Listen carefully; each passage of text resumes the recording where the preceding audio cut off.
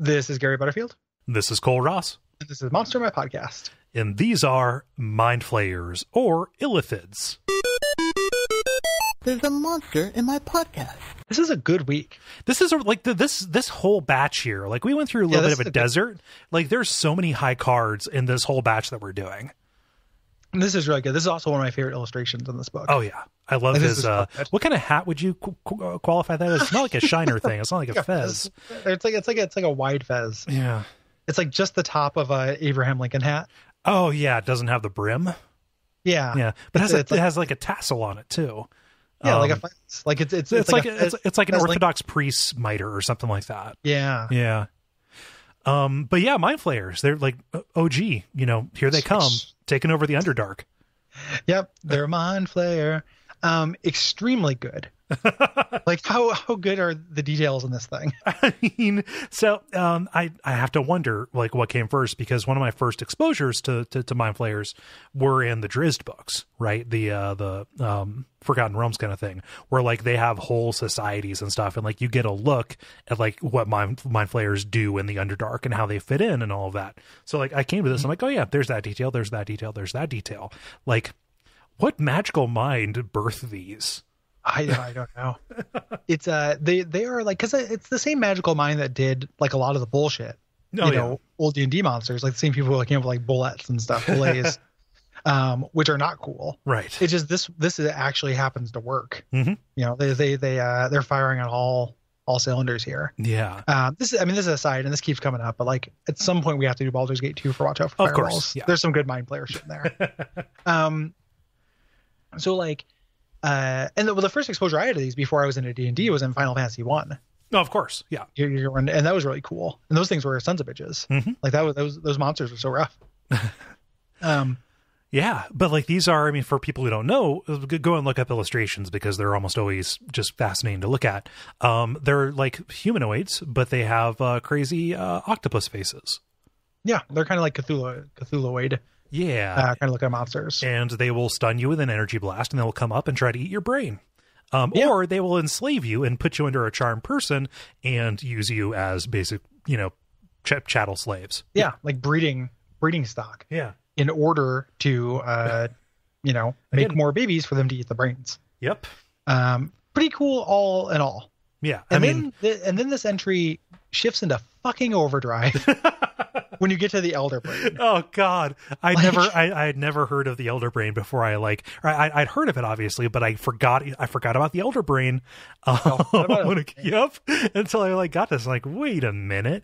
Every Illithid that dies, its brain is put into a large briny pool to join the Elder Brain that exudes 5 miles of psionic, let's say, linkage. Mm-hmm. That keeps all of them kind of like plugged into the same neural net. Yeah. It's like for 5 miles, it's like a security system. So like they can't be surprised. Right. They can only be surprised by non-intelligent creatures. So like an Underdark cockroach jumps out of a book at them or something. Yeah. Who gives a shit? You kill that cockroach with your psi blast. Like it is, Yeah. So this Elder Brain thing, like all these brains, every mind flayer that's ever been in this like culture. Mm-hmm. So just like this big, huge, floaty pool full of brains, mm-hmm. You get this live forever angle. Like if you're a mind flayer, you don't die, you just join the collective. Yeah, you just join the many. Yeah, that's pretty cool. And like, no matter what, you never lose any like institutional. I mean, unless the brain is lost, right? Like, so that would be something like, hey, if this one lone rogue mind flayer with tremendous knowledge is if they die and they get a hold of his brain and it goes into the mind, right, the Elder Brain, mm-hmm. all of a sudden, like that is the piece that is going to make this like we absolutely cannot let that happen. So we need to kill this and protect the brain. You get a mind flayer who's been out about like just mind flayer around town playing minds, on channel 11, and then that mind flayer tries to escape from you eventually, mm-hmm. but he has your like secrets, so you need to stop him from getting within 5 miles of his base, because once he does, every mind flayer knows it and they can invade your castle or whatever.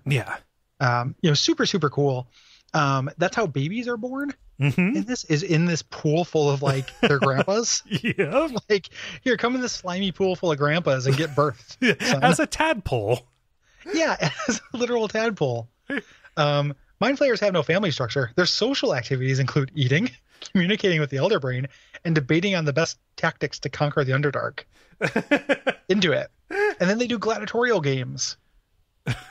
Yeah. Super cool. Yeah, they themselves don't do gladiatorial brains. They're incredibly arrogant. Yeah, they would not bring themselves to do any real physical work. Even with their tentacles, they only use those in combat if it's like an absolute necessity. If they do not stun people with their 20-foot cone or whatever. No, they use their mind controlled slaves to be gladiators for them. Yes. Yeah. Which, I mean, it's like hooks on hooks on hooks.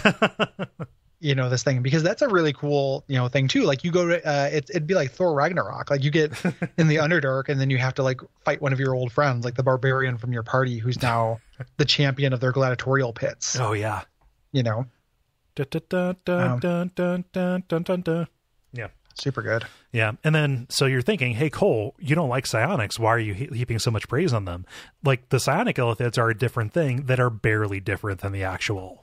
Yeah, they're just like more of a dick. Yeah, it's like the illithids who describe themselves as the only true illithids. Yeah, they're gatekeeping. Like the illithid nationalists.